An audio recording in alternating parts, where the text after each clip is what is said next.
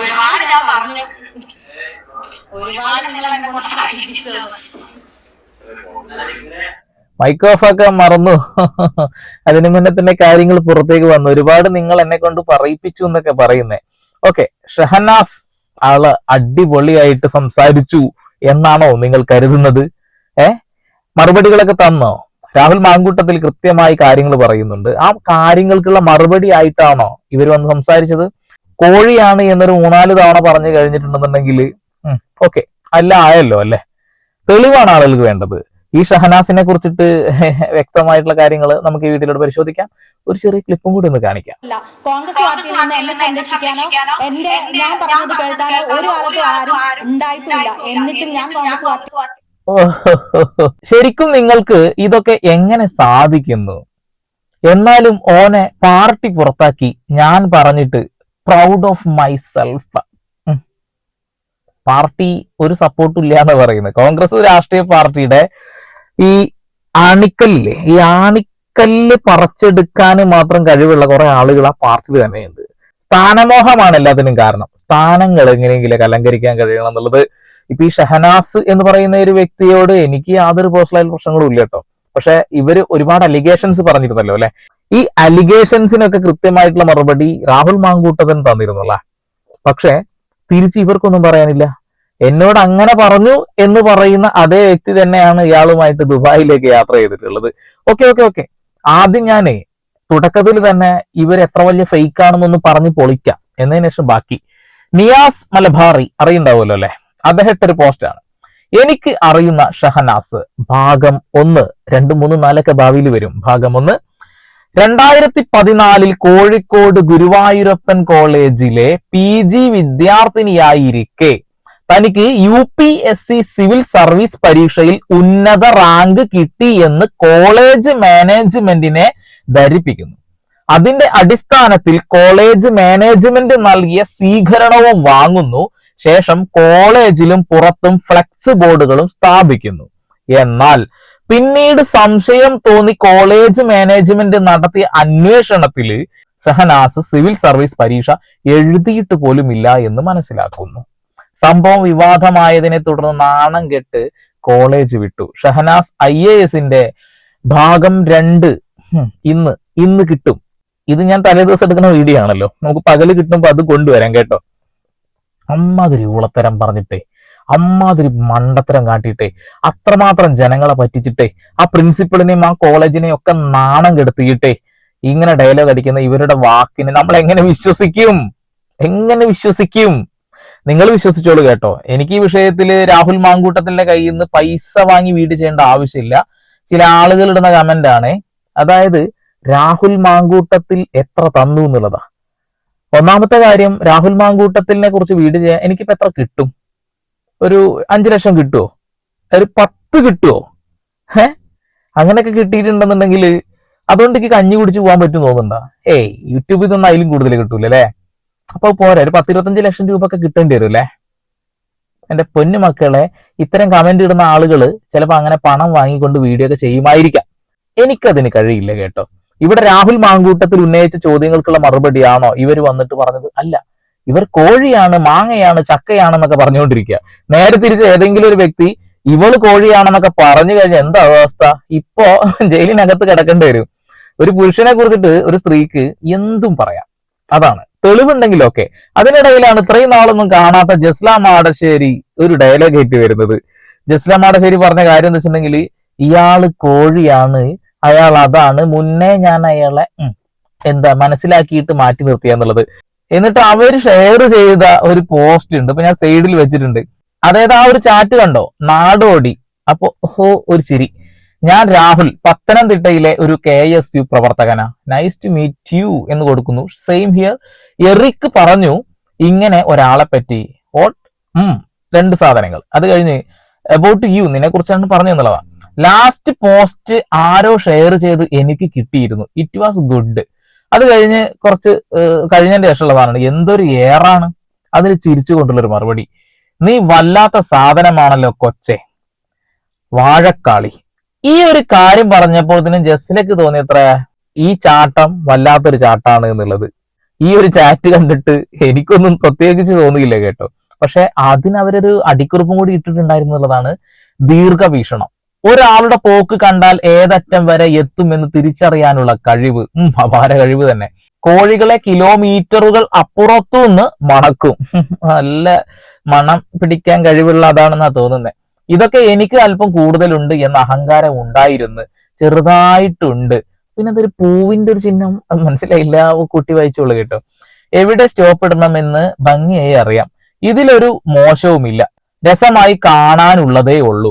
ഇത്രയും നിഷ്കളങ്കരായ ഏട്ടായിമാർ എത്രയുണ്ടെന്നോ. നിങ്ങൾ വിചാരിക്കും മാങ്ങാക്കൂട്ടം മാത്രമാണെന്ന്. ഇതൊരു മോശമല്ല കേട്ടോ, അവർക്ക് തോന്നിയില്ല, രസകരമായിട്ട് എടുക്കുന്നുള്ളൂ. അത് കാണുന്ന ഞങ്ങൾക്കൊരു പ്രശ്നമായിട്ട് തോന്നിയിട്ടില്ല, മോശമായിട്ടും തോന്നിയിട്ടില്ല, നിങ്ങൾക്കാ തോന്നുന്നത്. പെണ്ണുങ്ങളോട് പരിധി വിട്ട് വീമ്പു കളിച്ചാൽ കുറെ എണ്ണത്തിന്റെ വൃത്തികെട്ട മുഖംമൂടി അഴിച്ചു പറിച്ചു വസ്ത്രാക്ഷേപം നടത്തും. ഈ സിസ്റ്റം മാറണമെങ്കിൽ, എല്ലാത്തിനെയും വലിച്ചു പറിച്ച് കാണിക്കണമെങ്കിൽ കേരളത്തിലെ മിടുക്കുകളായ നിങ്ങൾ ഇന്നോളം കാണാത്ത തന്റേടം കയ്യിലുള്ള അനേകം സ്ത്രീകളുണ്ട് ഇവിടെ. തന്റേടം കയ്യിലുള്ള ആരൊക്കെയുണ്ട്?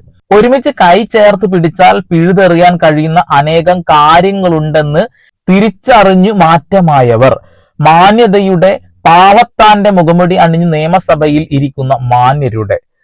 എന്തെങ്കിലുമൊക്കെ പറയാണെങ്കിൽ മൊത്തം പേരും ഡീറ്റെയിൽസും വിഷയവും കാര്യങ്ങളും തെളിവൊക്കെ അങ്ങ് ഇട്ട് കൊടുക്കുക. ഇതാണല്ലോ ഇപ്പൊ ട്രെൻഡ്. സ്ത്രീകൾ നേരെ മാധ്യമങ്ങളുടെ മുന്നിലേക്കും അതേപോലെ സോഷ്യൽ മീഡിയയിലാണ് ഇങ്ങനെ കാര്യങ്ങൾ ഇടുക. പുരുഷന്മാരൊക്കെ മിക്കവാറും കോടതിയിലാണ് എല്ലാം സമർപ്പിക്കുക. ഇതുവരെ രാഹുൽ മാങ്കൂട്ടത്തിൽ പുറത്ത് വിടാതെ സൂക്ഷിക്കുന്ന ഒരുപാട് ഡാറ്റ ഉണ്ട്, കോടതിയിൽ കൊടുത്തിട്ടുണ്ട്. വെറുതെ കൊങ്ങികൾ ഓവറാക്കി ചളമാക്കണ്ട. സ്ത്രീ പീഡന വീരന്മാരാണ് കോൺഗ്രസിന്റെ യുവ മുഖമുദ്രയായി ഇലക്ഷനുകളിൽ മത്സരിക്കുന്നത് എങ്കിൽ കേരളത്തിലെ സ്ത്രീകളുടെ ആത്മാഭിമാനത്തിന്മേൽ കയറിയാവും ആ സ്ഥാനാർത്ഥിത്വം. എന്റെ പൊന്നോ, ഇവർക്ക് ഇങ്ങനെ ഒരു മെസ്സേജ് മാത്രമേ അയച്ചുള്ളൂ കേട്ടോ.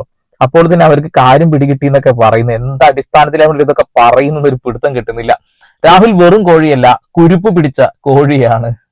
ഓക്കെ, ഇത് നേരെ തിരിച്ച് നമുക്ക് ഇവളെ കുറിച്ച് എന്തെങ്കിലും പറഞ്ഞു കഴിഞ്ഞിട്ടുണ്ടെങ്കിൽ അവർക്ക് ഒരൊറ്റ സാധനമേ ഉള്ളൂ, കേസ് കേസ് കേസ്. പുരുഷന്മാർക്ക് വിലയില്ലാത്തത് കൊണ്ട് കേസ് കൊടുത്തിട്ട് തേങ്ങാക്കലില്ല. മാന്യന്മാരുടെ മഹാസംഗമം കണ്ട് ഓക്കാനം വരുന്നു. ചില ആളുകൾ ഈ പോസ്റ്റിന്റെ അടിയിൽ വന്നിട്ട് നിങ്ങളെ കാണുമ്പോ എന്നൊക്കെ പറയുന്നുണ്ട് ഓക്കാനം. വേണ്ട എന്ന് വെച്ചിരിക്കുമ്പോ അവന്റെ ഒരു പീഡന ന്യായീകരണ ഇന്റർവ്യൂ, ആ ഇന്റർവ്യൂവിൽ ആള് പറയുന്നുണ്ട് ഒരുപാട് ഡാറ്റ കയ്യിലുണ്ട് എന്നുള്ളത്. ഞാനും ആ ഒരു ഡാറ്റ ഇന്ന് പുറത്തു വിടുന്ന വെച്ചിട്ട് കാത്തിരിക്കുക, പക്ഷെ ഒന്നും നടന്നില്ല. ഈ ചാറ്റ് അവിടെ വെച്ച് ഞാൻ നിർത്തിയത് കൊണ്ട് ഇതിൽ മോശമായൊന്നുമില്ല. അവൻ മോശക്കാരനല്ലെന്ന് ന്യായീകരിക്കുന്നവർക്ക് ഉപകരിച്ചേക്കാം. ഒരാളുടെ പേരും പറഞ്ഞിട്ട് അനാവശ്യമായിട്ട് ഇങ്ങനെ ഒരു ഊളത്തര ഇട്ടിട്ട് അതിന് ഡയലോഗ് അടിക്കും നോക്കടാ. കോഴിയാണെന്ന്. കോഴിത്തരം നിങ്ങൾ കാണിച്ചിട്ടില്ലല്ലോ, കാണിക്കാതെ ഇങ്ങനെ കോഴിയാന്നൊക്കെ പറയാ. കൊള്ളാം, എന്തായാലും ജസ്ന മാടശ്ശേരി അടിപൊളിയായിട്ടുണ്ട്. എന്നാല് കുറച്ച് ചോദ്യങ്ങൾ ഷഹനാസിനോടാണ് ചോദിക്കാറുള്ളത്. ഷഹനാസിന്റെ ഒരു വലിയ കള്ളത്തരം നമ്മൾ ആദ്യം കാണിച്ചു. ഇനി അടുത്തത് ചോദ്യങ്ങളാണ്. രാഹുൽ മാങ്കൂട്ടത്തിൽ ചോദിച്ച ചോദ്യങ്ങൾക്ക് മറുപടി കിട്ടിയോ എന്നുള്ളത് നമുക്ക് പരിശോധിക്കാം. രാഹുൽ ചോദിച്ചത് വ്യക്തിപരമായ നിന്ദയല്ല, ചോദ്യങ്ങളാണ്. അതിന് ഉത്തരമാണ് വേണ്ടത്. രാഹുലിനെ കുട്ടിയെന്നോ കോഴിയെന്നോ വിളിച്ചുകൊണ്ട് വിഷയം തിരിക്കേണ്ട.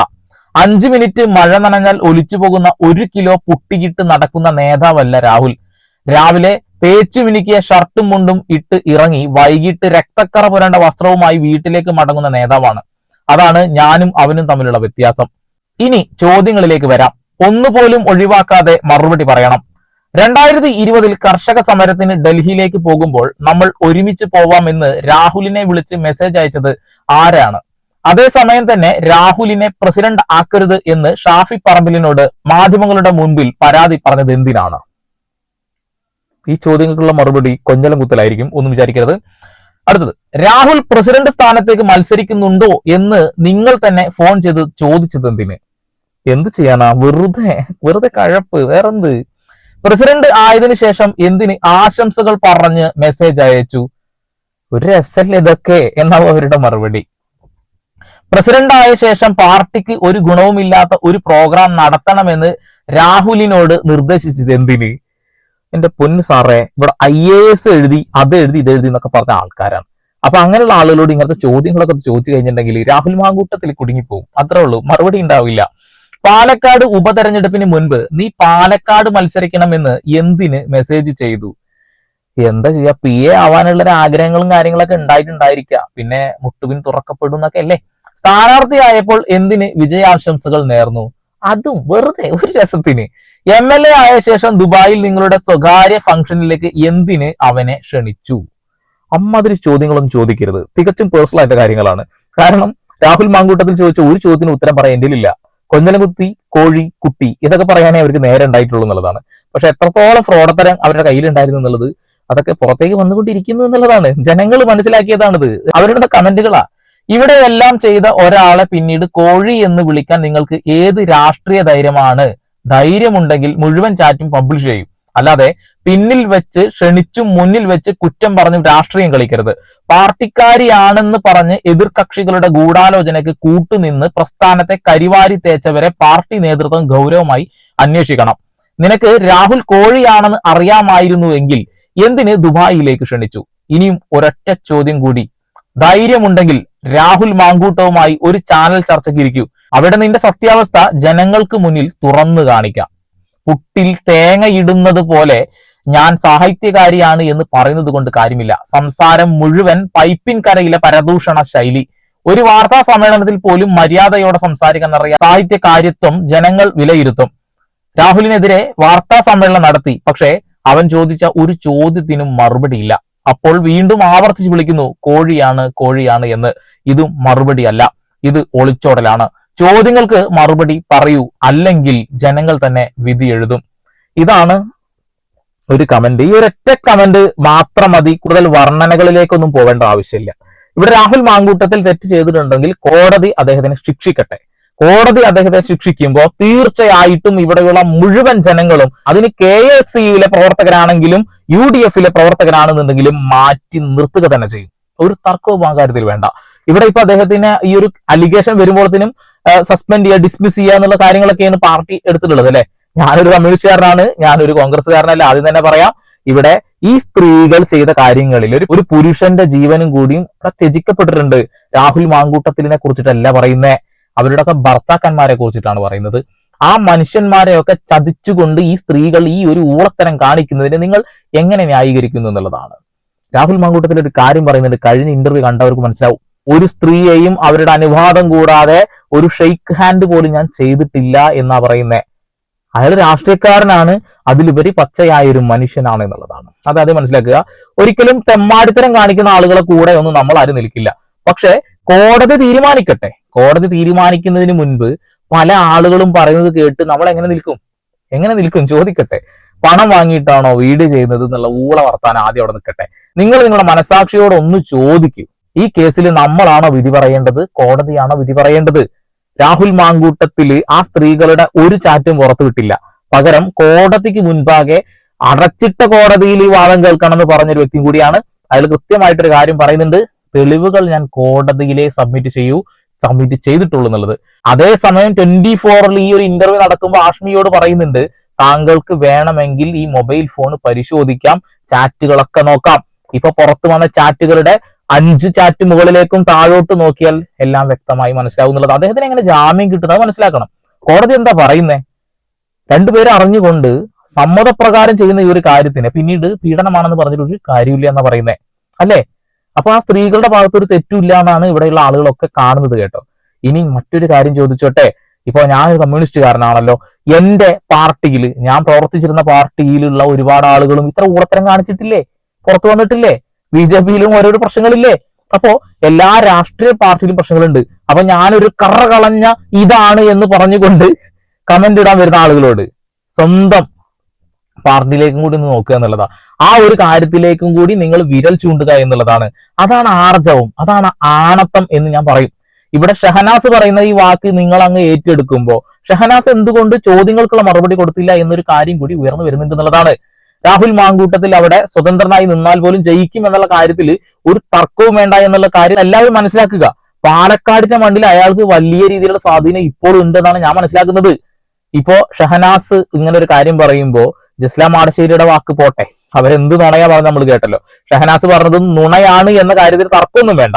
എന്നാൽ പോലും പറയട്ടെ, ഈ ഒരു സ്ത്രീയുടെ വാക്കും കേട്ട്, അല്ലെങ്കിൽ പരാതിക്കാരികളായ ആ സ്ത്രീകളുടെ വാക്കുകൾ കേട്ട് എത്ര സ്ത്രീകളാണ് രാഹുൽ മാങ്കൂട്ടത്തിലിനെ വിജയിപ്പിക്കില്ല, അദ്ദേഹത്തിനെ സപ്പോർട്ട് ചെയ്യില്ല, അയാൾക്ക് വോട്ട് ചെയ്യില്ല എന്ന് പറയുന്നേ? കുറച്ച് ആളുകളെ ഉണ്ടാവുള്ളൂ. അത് മനസ്സിലാക്കിയാൽ മാത്രം മതി. എന്റെ നിലപാടുകൾ എന്താണെന്ന് വ്യക്തമായിട്ട് നിങ്ങൾക്ക് മനസ്സിലായിട്ടുണ്ടാവും. കോടതി തീരുമാനിക്കുന്ന ആ നിമിഷം നമുക്ക് രാഹുൽ മാങ്കൂട്ടത്തിൽ ചെയ്ത കാര്യങ്ങളെ കുറിച്ചിട്ട് ഒന്നും കൂടി ഒന്ന് വർണ്ണിക്കാം. അത്രേ പറയുന്നുള്ളൂ. എത്ര വിഷയങ്ങൾ എടുത്ത് ഞാൻ സംസാരിച്ചിട്ടുണ്ട്. ആ വിഷയങ്ങളിലൊക്കെ കൃത്യമായ നിലപാട് ഞാൻ പറഞ്ഞിട്ടുണ്ട് എന്നുള്ളതാണ്. ഈ വിഷയത്തിലും അത് തന്നെയാണ് എനിക്ക് പറയാനുള്ളത്.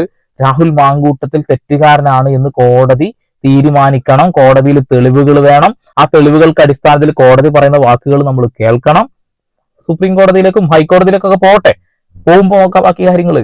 ഇവിടെ രണ്ടുപേരുടെ ഭാഗത്ത് തെറ്റുണ്ട്, പക്ഷെ രാഹുൽ മാങ്കൂട്ടത്തിന്റെ ഭാഗത്ത് മാത്രം തെറ്റ് കൂടുതലായിട്ടുണ്ട് എന്നൊരു കാര്യമൊക്കെ പറയുന്നത്.